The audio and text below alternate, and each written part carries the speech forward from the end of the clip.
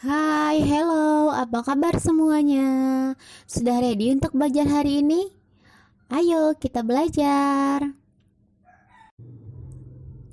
Kali ini kita akan mempelajari mengenai bagian-bagian bunga ya. Nah, anak-anak semua, silakan perhatikan ya, benar-benar diperhatikan panah-panah yang ada pada layar kamu ya. Kemana panah itu pergi. Nah, sekarang kita mengenai bagian bunga. Yang pertama itu ada tangkai bunga, ada dasar bunga, ada bakal biji, ada kelopak, ada benang sari, ada kepala sari, ada tangkai putik dan kepala putik, dan terakhir ada mahkota. Nah, berikut kita akan mengenal fungsi dari bagian-bagian bunga. Jadi masing-masing bagian bunga itu memiliki fungsinya masing-masing ya. Nah, yang pertama fungsi dari tangkai ya. Tangkai ini berfungsi sebagai tempat menopangnya bunga dan sebagai alat penghubung bunga ke bagian-bagian tumbuhan yang lainnya ya. Nah, berikutnya ada dasar bunga. Nah, dasar bunga ini berfungsi sebagai tempat menopang atau merekatnya ya, tempat merekatnya mahkota bunga. Nah, next selanjutnya yang di tengah itu, nah itu disebut dengan ya, tadi disebut dengan biji ya, inti bijinya. Nah, itu fungsinya itu pembentukan biji yang akan menghasilkan biji yang matang ya. Nah, next berikutnya itu ada kelopak. Nah, kelopak ini berfungsi untuk melindungi bunga ya, melindungi mahkota bunga yang masih kuncup, ketika kuncup dan ketika kembangnya nanti ya. Oke, next selanjutnya itu ada yang namanya benang sari atau alat kelamin jantan pada bunga ya, yang terdiri dari 3 bagian. Ada tangkai sari, ada kepala sari, dan ada yang namanya serbuk sari.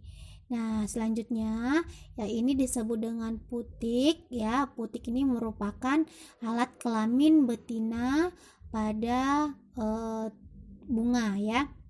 Yang terdiri dari kepala putik, tangkai putik, dan bakal buah. Dan next yang terakhir itu bagiannya adalah mahkota bunga ya. Nah, mahkota bunga ini berfungsi untuk menarik serangga ya. Dan selanjutnya kita akan bahas mengenai pembagian bunga. Nah, pembagian bunga ini terbagi menjadi 2 ya. Yang pertama itu berdasarkan kelengkapan alat perkembangbiakan bunga tersebut ya. Nah, yang kedua itu pembagiannya berdasarkan kelengkapan penyusun bunga tersebut ya. Nah, yang kita bahas pertama adalah mengenai atau berdasarkan kelengkapan alat perkembangbiakan bunga tersebut. Nah, berdasarkan alat kelengkapan perkembangbiakan ini, alat perkembangbiakan itu juga terbagi menjadi 2 ya. Nah, yang pertama itu disebut dengan bunga sempurna, dan yang kedua disebut dengan bunga tidak sempurna. Nah, yang pertama bunga sempurna. Apa itu bunga sempurna? Bunga sempurna adalah bunga yang memiliki 2 alat perkembangbiakan ya. Dia mempunyai putik dan dia mempunyai benang sari dalam satu bunga. Ingat ya, dalam satu bunga. Jadi dalam satu bunga itu ada putiknya, ada benang sarinya ya. Nah, apa-apa saja contoh bunga sempurna ini? Nah, contohnya adalah ini dia. Nah, contohnya bunga kembang sepatu. Ini termasuk bunga sempurna. Dan yang kedua adalah bunga tulip. Bunga bunga tulip ini juga bunga sempurna. Dan yang berikutnya kita akan bahas mengenai bunga tidak sempurna. Apa itu bunga tidak sempurna? Bunga tidak sempurna itu kebalikan dari bunga sempurna ya. Kalau tadi kedua-duanya ada, kalau yang bunga tidak sempurna dia hanya memiliki satu alat perkembangbiakan saja. Nah, bisa jadi itu hanya terdiri dari benang sarinya saja atau terdiri dari putiknya saja ya, pokoknya salah satu. Nah, apa contohnya? Contohnya ada pada bunga pepaya ya.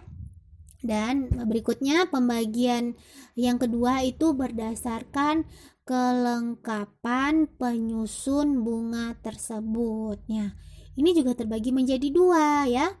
Nah, yang pertama itu dikenal sebagai atau disebut dengan bunga lengkap. Yang kedua itu dengan bunga tidak lengkap. Nah, kita bahas yang pertama itu bunga lengkap. Nah, apa itu bunga lengkap? Bunga lengkap merupakan kategori bunga yang memiliki seluruh bagian-bagian bunga yang kita pelajari di awal tadi ya. Seluruh bagian-bagian bunga tadi dia memilikinya ya. Ada kelopak, ada mahkota, ada putik, ada benang sarinya ya. Nah, terus contohnya, nah ini bunga kembang sepatu juga termasuk bunga lengkap. Dia bunga sempurna dan bunga lengkap ya. Nah, yang kedua contohnya adalah bunga mawar. Nah, contoh yang ketiga ini disebut dengan bunga bakung ya. Nah, next kita akan bahas mengenai bunga tidak lengkap. Apa itu bunga tidak lengkap? Bunga tidak lengkap ya kebalikan dari bunga lengkap.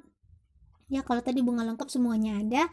Nah, bunga tidak lengkap yaitu jika dia tidak memiliki salah satu bagian dari bagian-bagian bunga yang sudah kita pelajari. Ya, bisa jadi kelopaknya tidak ada ya.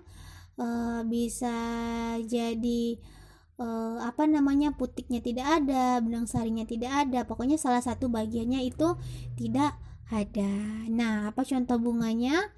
Nah, contohnya adalah bunga kelapa. Atau yang kedua itu adalah bunga kamboja.